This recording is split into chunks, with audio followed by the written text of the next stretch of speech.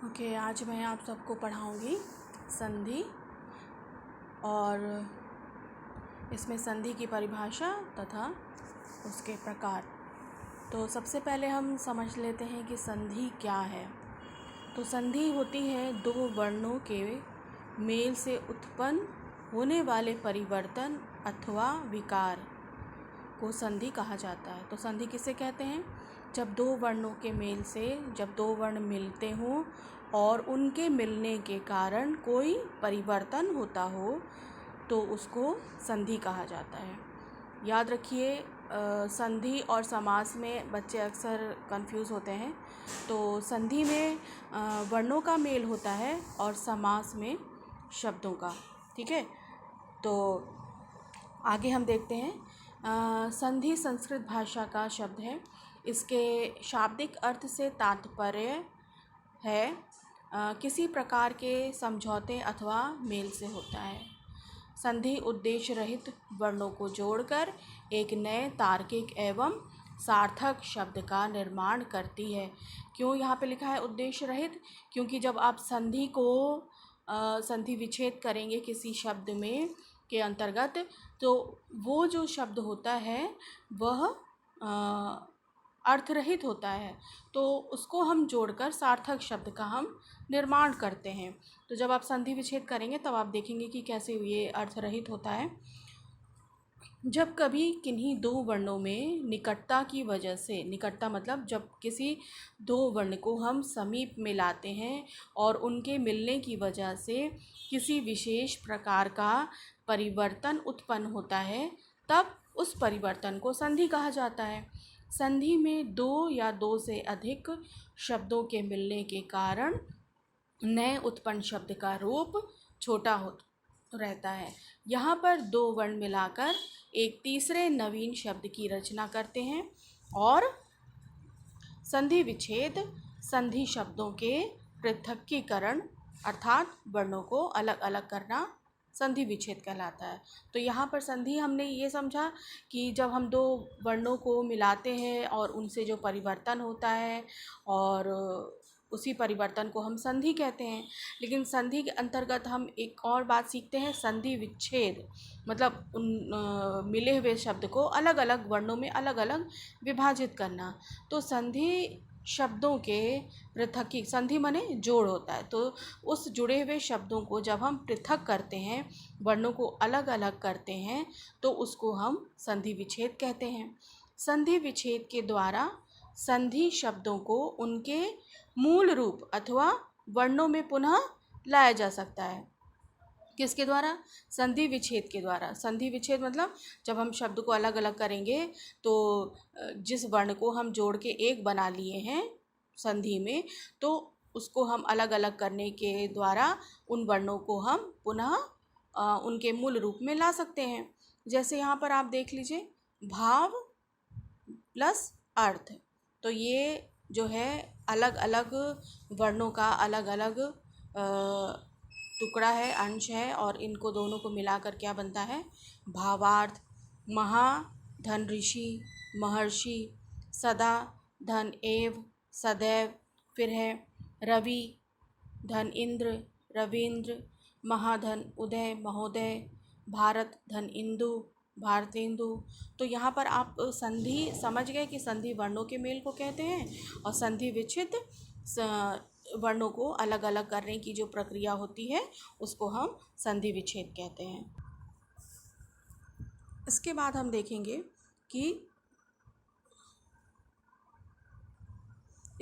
देखेंगे संधि के प्रकार। तो मुख्यतः संधि के 3 प्रकार होते हैं: स्वर संधि, व्यंजन संधि और विसर्ग संधि। तो ये 3 मुख्य भाग हैं संधि के जिनको हम पढ़ेंगे। तो सबसे पहला उसमें है स्वर संधि। तो स्वर संधि क्या है? स्वर अर्थात स्वर के आधार पर संधि। स्वर के आधार पर संधि मतलब जैसे वर्णमाला में आपने पढ़ा होगा, अ से आहा तक स्वर होता है और क से ज्ञ तक व्यंजन होता है।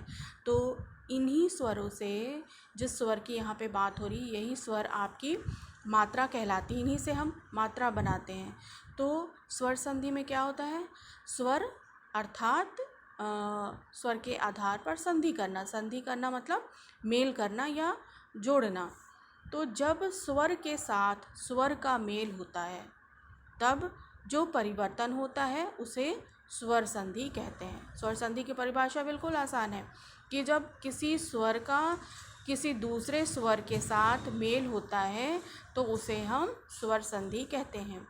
हिंदी में स्वरों की संख्या 11 होती है, लेकिन जब आप संस्कृत में आपसे कभी कोई पूछे स्वरों की संख्या कितनी है तब आप उनको 13 बताइएगा। फिर उसके बाद जब स्वर मिलते हैं और उससे जो तीसरा स्वर बनता है उसे स्वर संधि कहते हैं। ठीक है, क्या क्या कहा मैंने? जब स्वर मिलते हैं और उससे जो तीसरा स्वर बनता है, तीसरा स्वर कैसे बनता है अभी आपको बताया जाएगा उदाहरण दिखाकर कैसे तीसरा स्वर बना, तो उसे स्वर संधि कहते हैं।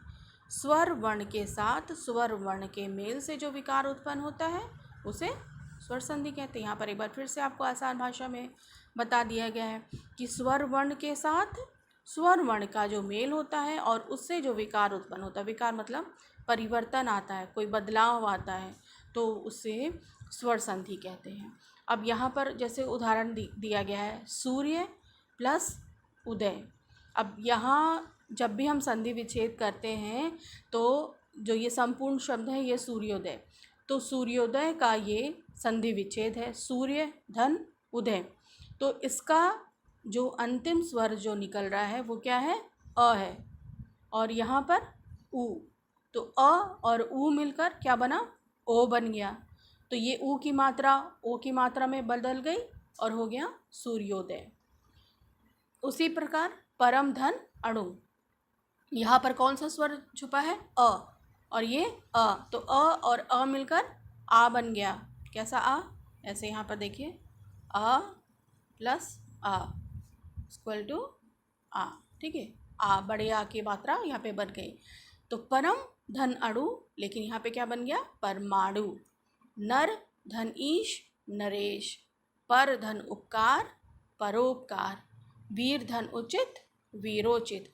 अब आपको ये जो इसका फॉर्मूला है कि अ और अ मिलकर कौन सा नया वर्ण बनता है या अ और ई मिलकर कौन सा वर्ण बनता है, तो इसको आपको याद करना पड़ेगा या ध्यान से समझना पड़ेगा, तभी आप सही तरीके से संधि विच्छेद कर पाएंगे या संधि कर पाएंगे।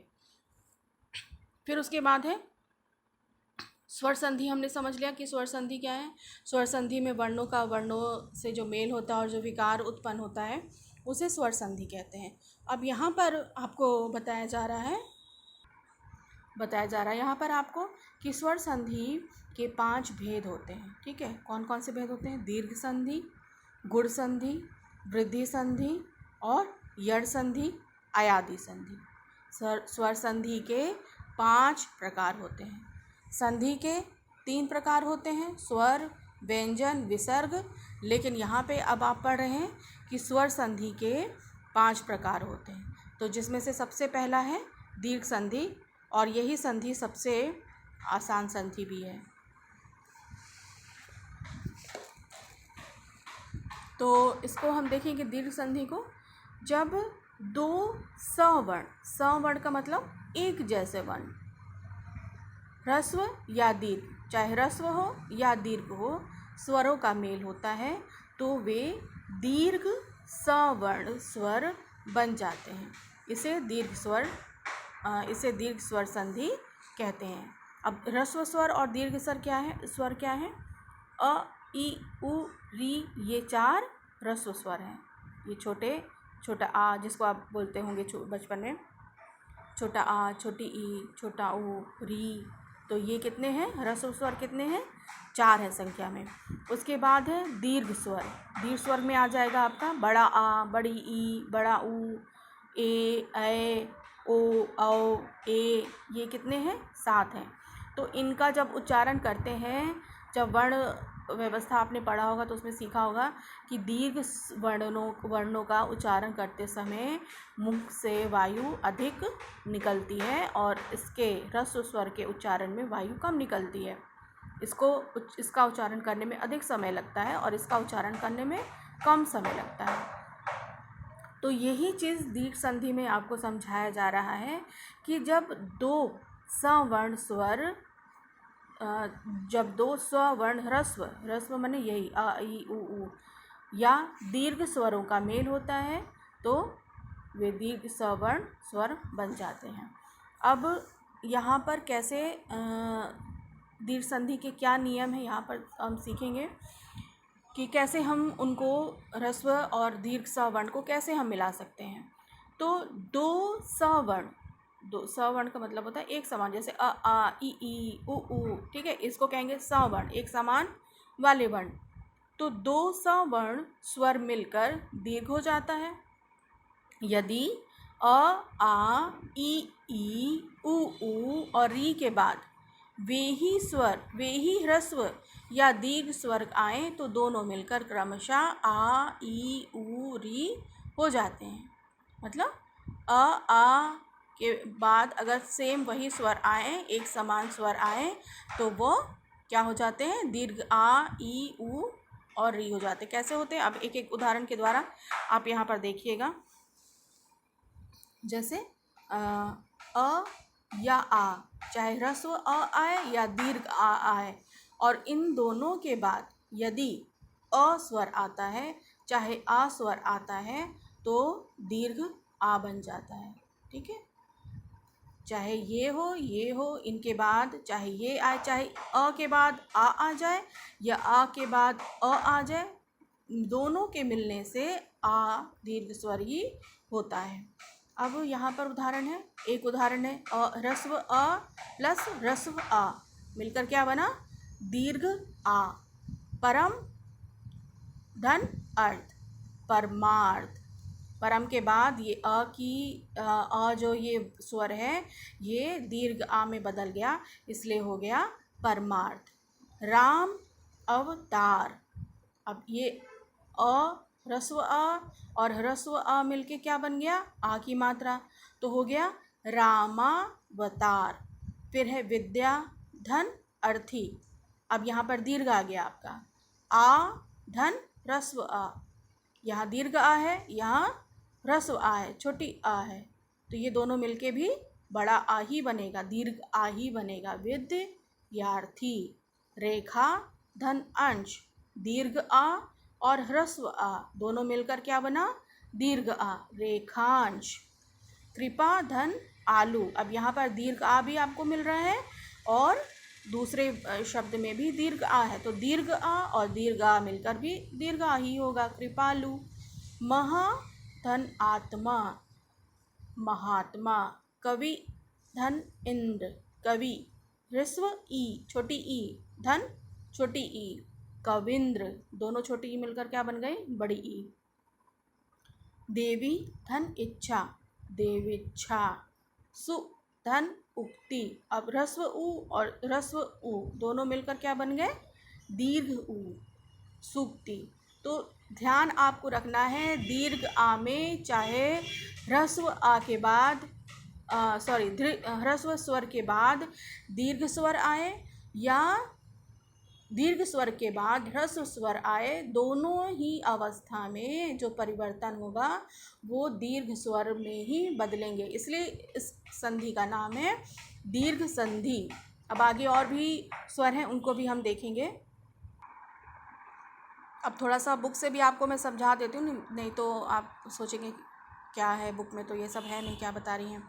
ठीक है, तो दीर्घ स्वर हम पढ़ रहे हैं, तो इसमें हम देखेंगे कि दीर्घ आ प्लस दीर्घ आ क्या होता है, दीर्घ आ होगा। ठीक है, अब ह्रस्व ई और प्लस ह्रस्व ई ये भी मिलके दीर्घ ई बनती है, जैसे मैंने बताया था अभी, कवि धन इंद्र, कविंद्र, गिरी धन इंद्र, गिरींद्र, रवि धन इंद्र, रविंद्र। तो अगर आपको संधि विच्छेद करने को आता है और अगर आपको दिखाई दे कि इस तरह से दीर्घ ई की मात्रा है, तो संधि विच्छेद करते समय आप इसको ह्रस्व ई में बदल सकते हैं। ठीक है, उसके बाद है ह्रस्व ई है और फिर दीर्घ ई है, दोनों मिलके कौन सी ई बनी, दीर्घ ई बनी। कवि धन ईश्वर, कवीश्वर। फणी धन ईश्वर, फणीश्वर। कवि धन ईश, कवीश। उसी तरह और भी एग्जाम्पल है। जितना आप एग्जाम्पल संधि के पढ़ेंगे उसको सॉल्व करेंगे, मैथ्स की तरह है बिल्कुल। प्रैक्टिस करने पर आपको बिल्कुल आसान लगेगा और अच्छा लगेगा इसको समझने में। फिर है मुनि धन ईश्वर मुनीश्वर। उसी प्रकार दीर्घ ई और ह्रस्व ई दोनों मिलके क्या बनी? दीर्घ ई। अवनी धन इंद्र अवनींद्र।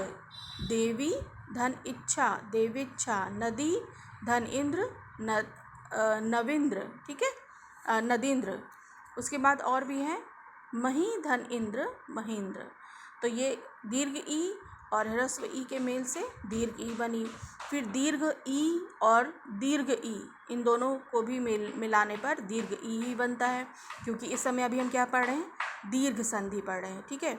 उसके बाद मही धन ईश महीश। योगी धन ईश्वर योगीश्वर।